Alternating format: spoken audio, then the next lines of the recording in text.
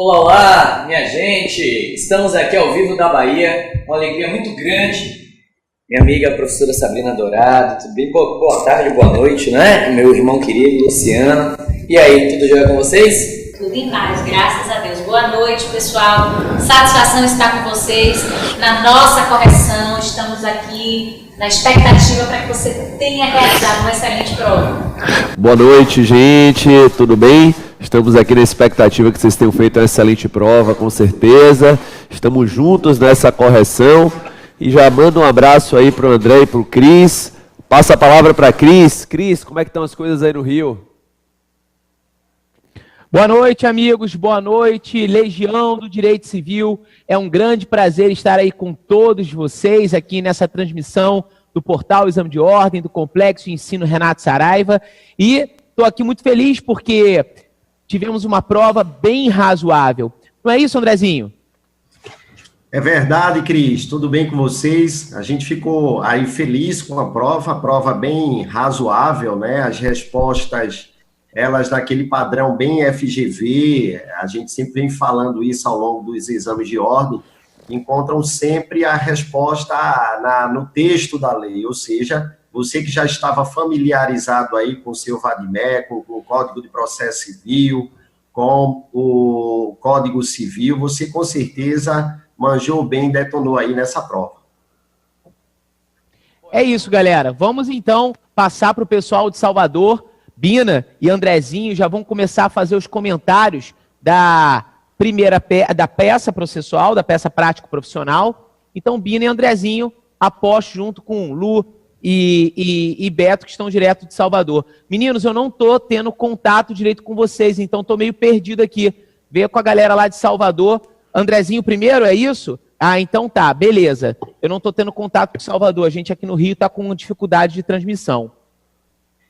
Pois bem, Cris, eu estou tomando aí o pontapé inicial para deixar, na verdade, com Bina, porque, de fato, ela viu com os alunos essa peça, ela viu a parte relativa a recursos, mas eu já cumprimento os alunos aí, dizendo que fiquei muito feliz com essa peça já tinha caído em exame anterior, eu não lembro qual ao certo, mas... 15º.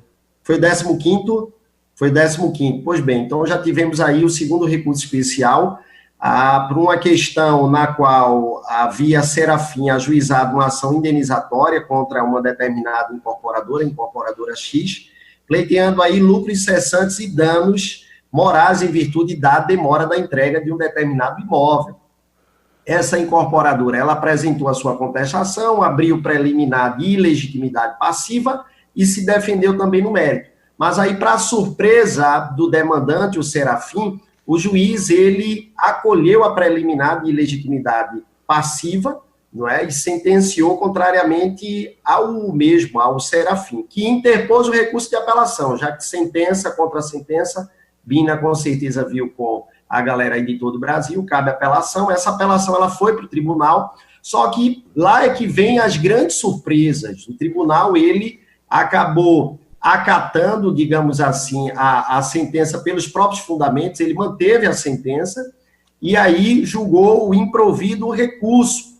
Só que ele não especificou, ele manteve sem motivar, sem especificar. Então, isso daí, consequentemente, ele fere com aquele artigo 489, né, que fala da necessidade de fundamentar as decisões judiciais. A Serafim, conformado, apresenta os embargos de declaração para que essa omissão fosse suprida. Mas aí vem mais uma nova surpresa. O que é que o tribunal faz? Ele julga o recurso, não acolhe o recurso e ainda aplica multa aí, porque entende que os embargos de declaração, eles foram apresentados com efeito meramente protelatório. Então, você verifica que a questão, ela deixa bem claro que não cabe outro recurso, a não ser o recurso agora especial, que vai ser devidamente interposto perante o presidente e vice-presidente do Tribunal Recorrido e vai ser lançado lá para o STJ. E com certeza, a minha querida parceira Bina, ela viu esse recurso da melhor forma com os alunos, da sua forma maravilhosa e competente, doce e amável, como sempre. Ela deve ter visto isso com muita tranquilidade, os alunos aí arrebentaram. Por isso é que eu já passo a mensagem para ela, já passo aqui a palavra para ela, para que ela diga como o aluno ele deveria estruturar esse recurso. Bina, minha filha, a palavra é com você. Pois bem, minha gente, obrigada, Andrezinho, sempre muito claro na tua explanação. Foi muito bom ouvir você, porque você pôde construir com os nossos alunos aquilo que a gente pode chamar de linha do tempo, já que a questão ela foi traçando a trajetória processual de forma muito clara. Da ação inquisitória fica clara a informação de que foi oferecida a contestação. Pós-contestação, a banca deixou clara a prolatação da sentença, sequenciada a apelação e um acórdão em sede de apelação, como você bem comentou, com uma oposição posterior dos embargos de declaração. A gente começa a nossa correção lembrando que não seria cabível agravo interno nesse caso, porque nós não estamos diante de uma decisão monocrática do relator. Nós tivemos a oportunidade de trabalhar esse agravo interno, que alguns chamam de agravo regimental. Mas por que não seria essa peça da nossa prova? Porque nós estamos em meio a uma decisão colegiada. Bina, eu vou precisar falar um pouquinho aqui. Seu áudio está com probleminha.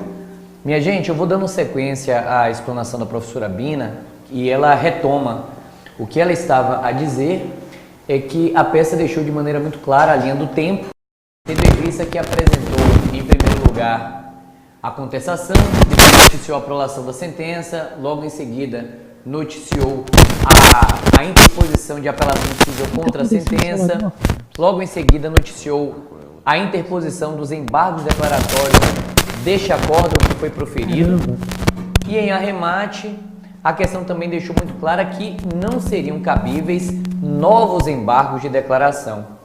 E, ademais disso tudo, a questão de maneira muito clara utilizou a expressão também norma federal, ou seja, ela levantou a bola para o candidato, ela destacou a questão da norma federal. E como vocês sabem, de decisão de última instância de tribunal, só cabe, que agride texto de lei federal, só cabe efetivamente o recurso especial, não é isso, Bina? Pois bem, gente, é exatamente isso. Então a gente elimina, no caso concreto, a possibilidade do agravo interno. Também queria lembrar que não seria cabível recurso extraordinário, porque a banca deixa clara a violação a dispositivo de lei ordinária federal, como o Robertinho comentava há pouco. Nesse contexto, o gabarito é mesmo recurso especial.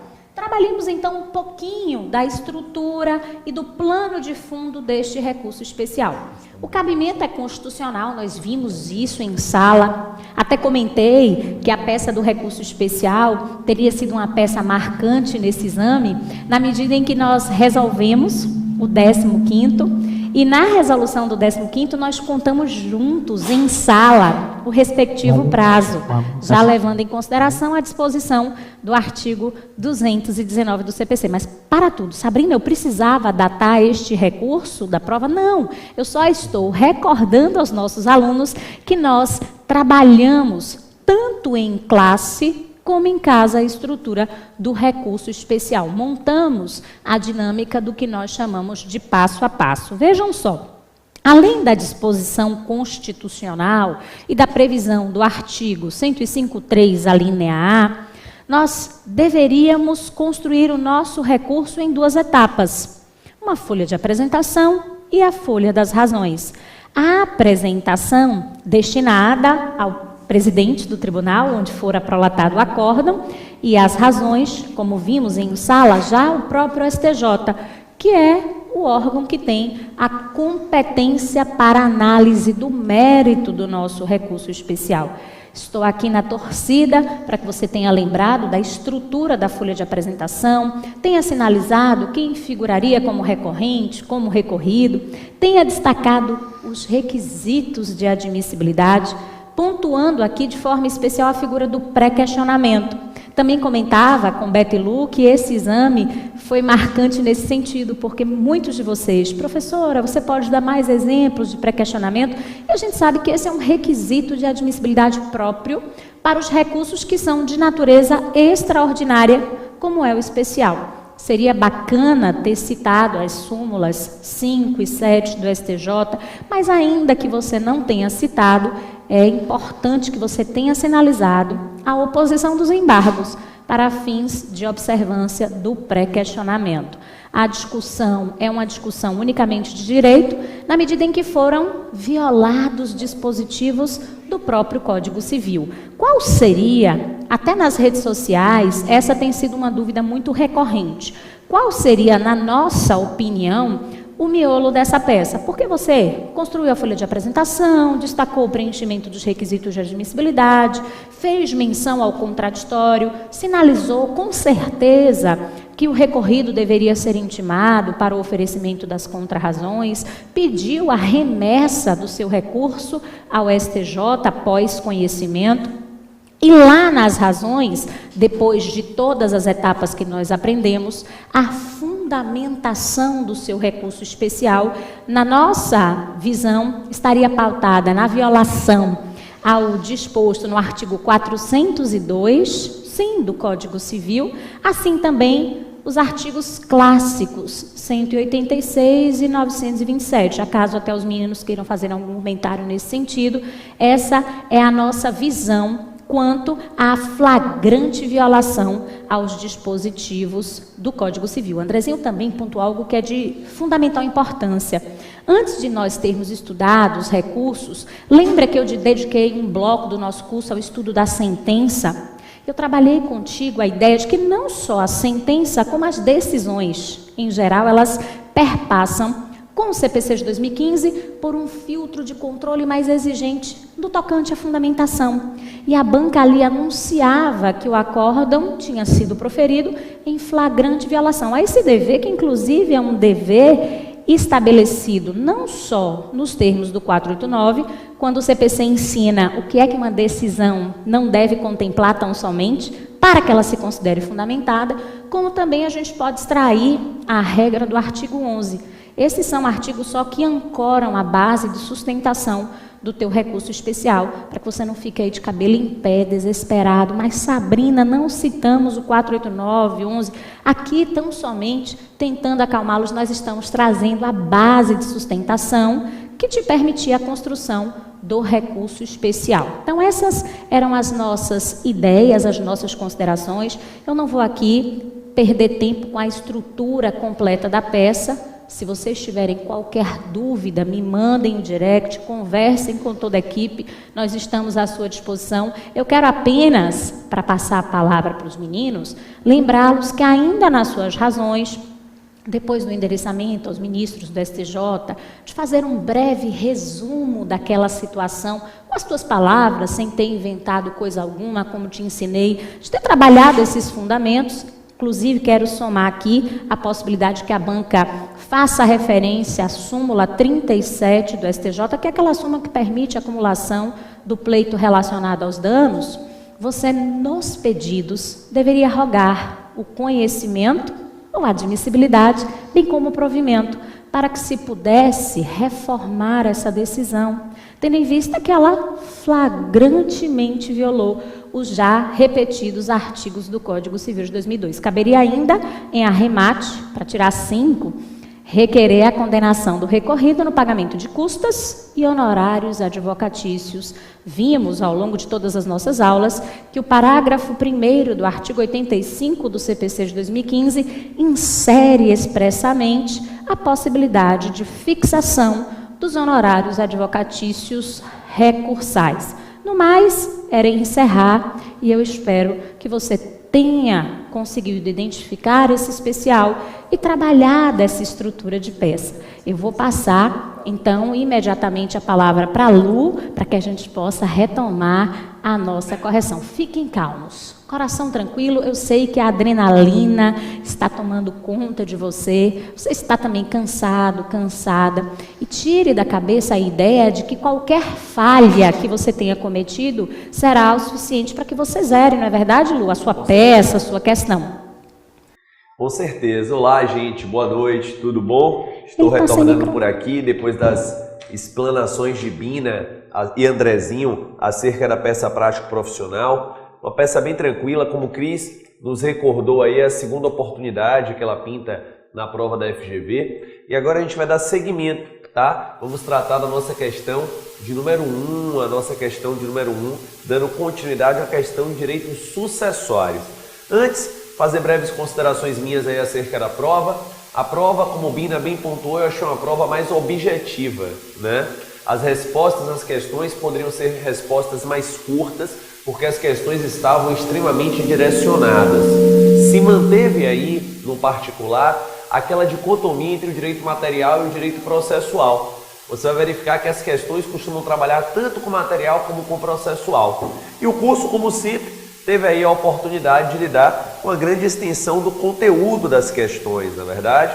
Eu me lembro bem que na revisão, por exemplo, eu e Bina tratamos do agravo e da desconsideração. E nós, tratando do agravo e da desconsideração, tivemos uma questão versando sobre isso. Mas enfim, vamos tratar a nossa questão de número 1. A questão diz que em abril de 2016, Flávio, que não tinha qualquer parente até 4º grau, elaborou seu testamento e deixa todos os seus bens para sua amiga Clara. Em janeiro de 2017, Flávio descobriu que era pai de Laura, uma criança de 10 anos, e reconheceu de pronto a paternidade. Em abril de 2017, Flávio faleceu, sem ter revogado o testamento elaborado em 2016. E aí, sobre os fatos, a questão pede, primeiro, a sucessão de Flávio observará sua última vontade escrita no testamento? Sim ou não? A resposta é negativa, não observará.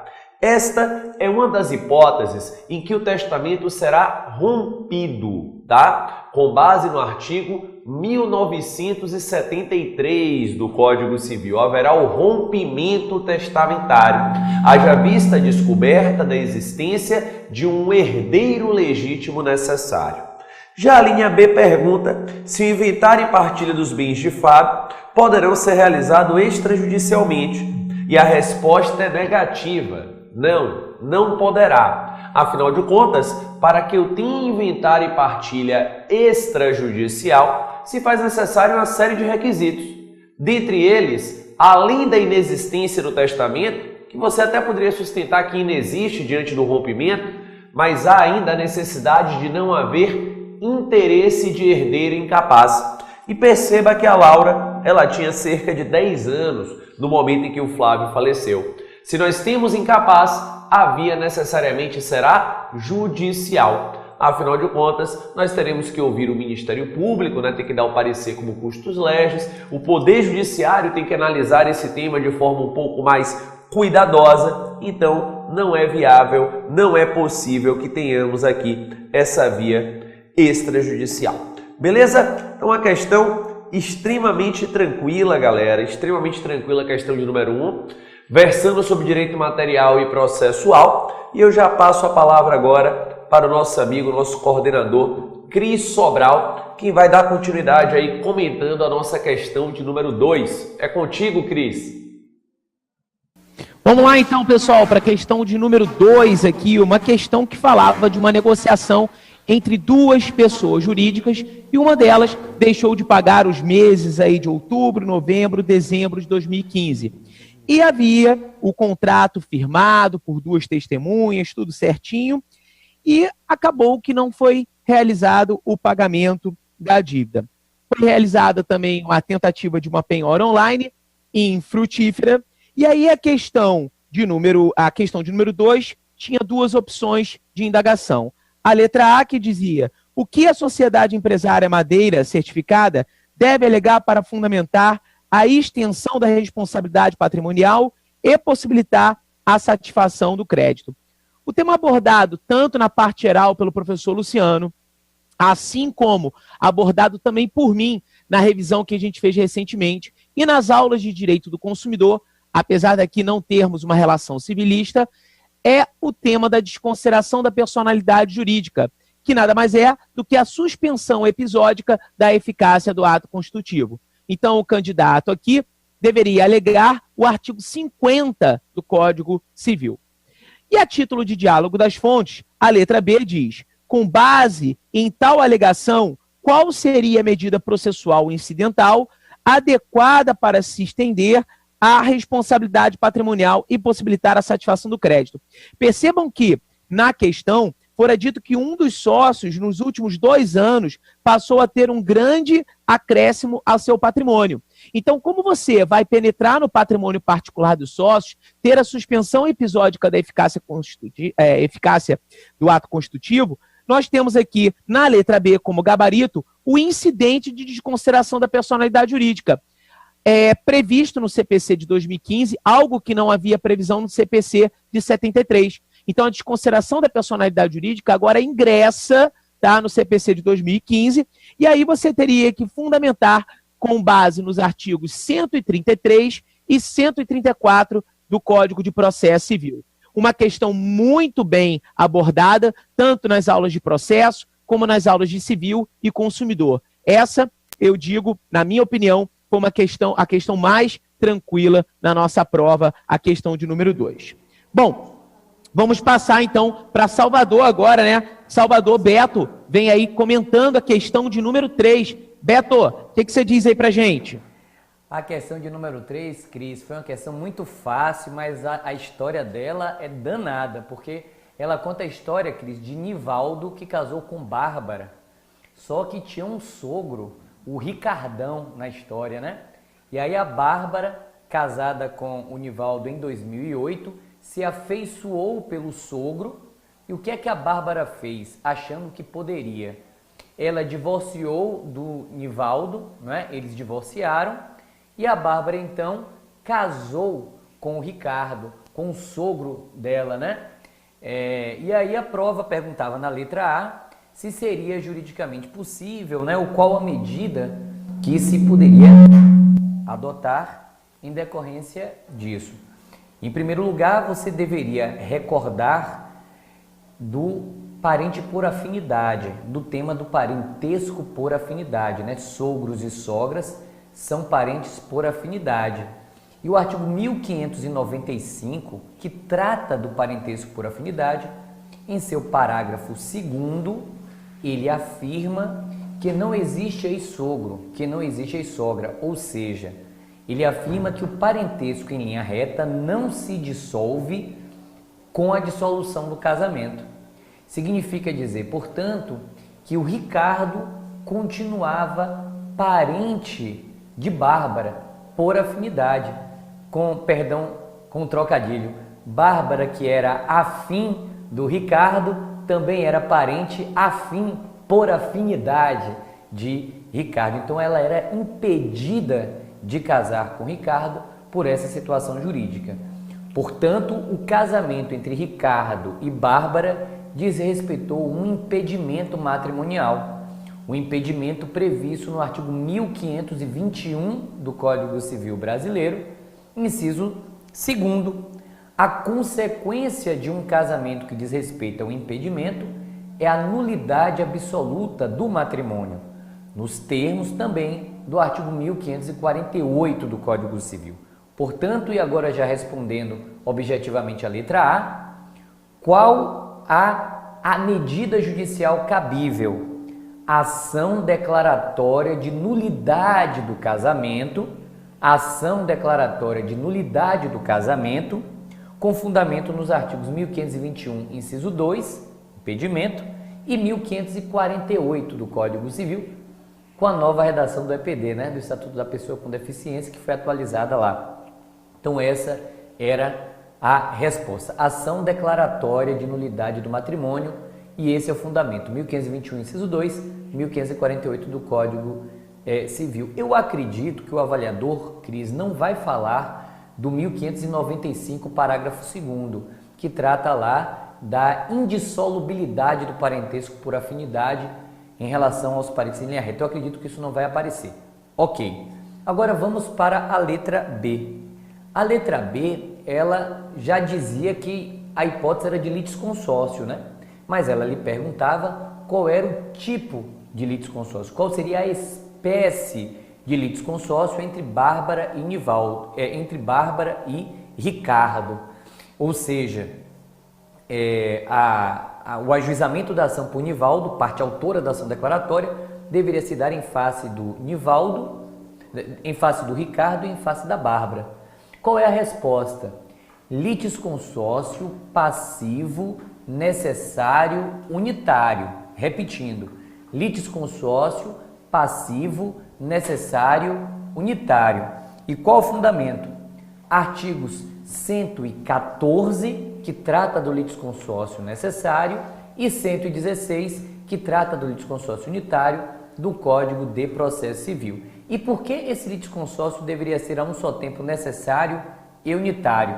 Porque o juiz da causa, ele teria que dar uma decisão, uma sentença, com igual efeito, com igual consequência jurídica. Ao declarar a nulidade, essa nulidade deveria ser declarada tanto para o cônjuge, varão, digamos assim, quanto também para a esposa. Então essa decisão teria que ser a mesma.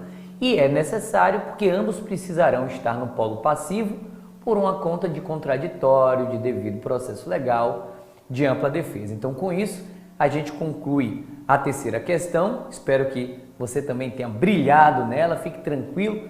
Eu acho que a prova ela foi uma prova tranquila, foi bem cara crachá. Ela não teve nenhuma súmula espetacular, nem nada assim de um grau de aprofundamento, de densidade. Ela foi uma prova bem legalista, digamos assim. Então, com o nosso Vadimecum, você ia brilhar e com certeza você brilhou. Vou chamar então agora a minha comadre, né, para a questão de número 4. Quem vê mais assim também? O meu coordenador, meu chefe aí, o Cris Sobral. Então, vamos ouvir aí Vamos ouvir lá o Rio de Janeiro, as considerações do Cris sobre a questão de número 4 e logo na sequência a professora Sabrina Dourado, Bina, vem aqui também falar com vocês. Cris, é com você, campeão. Então, galera, olha só, na quarta questão nós tivemos A Bina vai entrar para conseguir falar sobre a letra A? Vou sim. A questão 4 é uma questão que a gente também teve, ao menos no aspecto processual, a oportunidade de trabalhar não só ao longo das nossas aulas, como também na nossa premonição.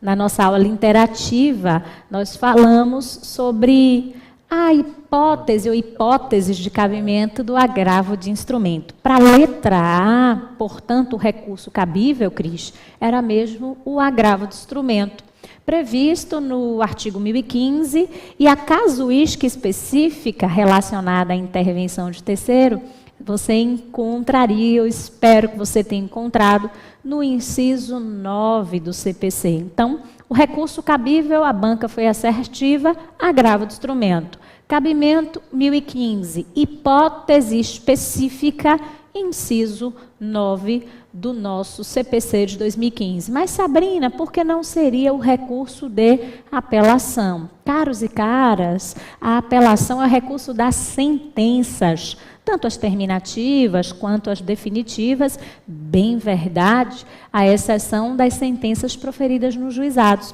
Mas não é esta a natureza da decisão na questão. Nós estamos em meio a uma decisão interlocutória que está regularmente estabelecida no 1015, um artigo que nós sinalizamos em azul para a nossa prova. E veja que nós colorimos o nosso código e nós não tivemos nenhum problema, até porque não fizemos nenhum tipo de estruturação.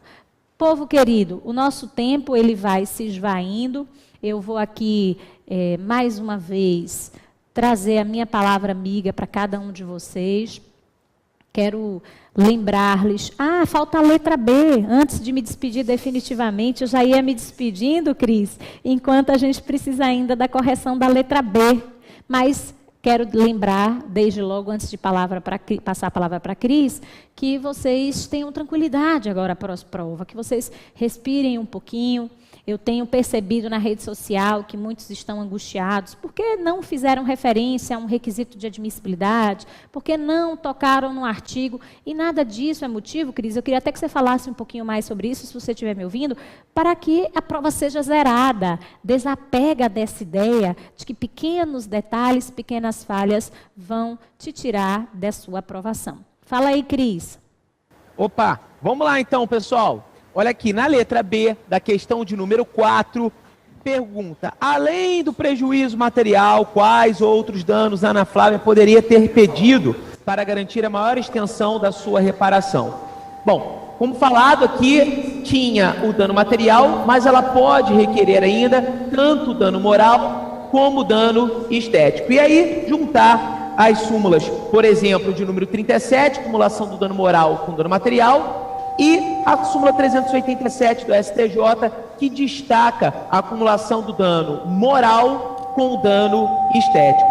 Além disso, não se esquecer o aluno de mencionar os artigos 13, 186 e 927 do Código Civil. Só de lembrança, o dano estético é uma lesão de caráter duradouro e, como a gente cita nas aulas, não há necessidade daquela carga de definitividade ou de irreversibilidade. Ele pode até ser reversível no futuro, mas se houver uma lesão de caráter duradouro, haverá aí o dano estético. Bom, hoje a gente teve um probleminha com o Salvador, né? Pelo menos os estúdios aqui de comunicação, eu e Andrezinho, mas conseguimos fazer a nossa transmissão com o devido gabarito. Eu percebi que Bina estava fazendo uma despedida aí, pelo que eu entendi um pouquinho, não foi verdade, Bina? Mas então assim, eu também me despeço de todos vocês, lembrando que, olha só, se não foi nesse momento agora a sua aprovação, baixa a cabeça não, trabalhe a sua resiliência, trabalhe esse momento de frustração que você está passando, se você estiver passando por esse momento, e levante a cabeça para fazer novamente. Nós aqui da equipe do Portal Exame de Ordem estamos juntos com você na sua aprovação ou não na sua aprovação, para que você caminhe rumo aos sonhos da sua vida. Todo mundo tem que pagar um preço para realizar esse sonho, e você pagou nesse período, e se não aconteceu como dito por Bina e por mim e pelos outros professores aí, continue em frente. Não é isso, Andrezinho? É isso aí, Cris. Graças a Deus a gente verificou que deu tudo certo, os professores ficaram felizes com o conteúdo, a prova foi bem razoável dentro daquilo que se esperava, e agora é procurar tranquilizar, não é tranquilizar agora, aquietar o coração, e daqui por diante só colher os frutos, aqueles que foram aprovados, e se de repente, não é, aqueles que não conseguiram aprovação, ter a tranquilidade, fazer como o poeta cantador que diz, levantar, sacudir a poeira e dar a volta por cima, não é? Porque cada momento é um momento, e a gente sabe que o momento de todos, esse vai chegar, tá bom? Então, beijo grande para Cris, beijo para Lu, para Beto, para Bina, e estamos juntos aí. Só lembrando, Andrezinho, antes de passar para Salvador, se houver qualquer controvérsia do gabarito dado pela gente aqui e o gabarito da FGV, prontamente a gente vai entrar pelo blog do Portal Exame de Ordem, lá liderado pelo Geoffrey hoje e pelos professores do portal, e também a gente vai fazer uma live ou vamos comentar aí nos nossos Instagrams, no nosso Facebook, então fiquem ligados aí. Então cada um de nós vai dar o Instagram para vocês aí, o meu é @CristianoSobral, o Instagram, e Professor Cristiano Sobral no Facebook, mas fiquem ligados aí no Portal Exame de Ordem. Andrezinho, qual é o seu Instagram e teu Face? @profandremota.am e o Facebook, Professor André Mota. Bina, Lu e Beto, falem aí. O meu é o @Luciano Lima Figueiredo. E o do Robertinho, que está aqui sem microfone, é o @Roberto_Civil. O meu é @Sabrina Dourado.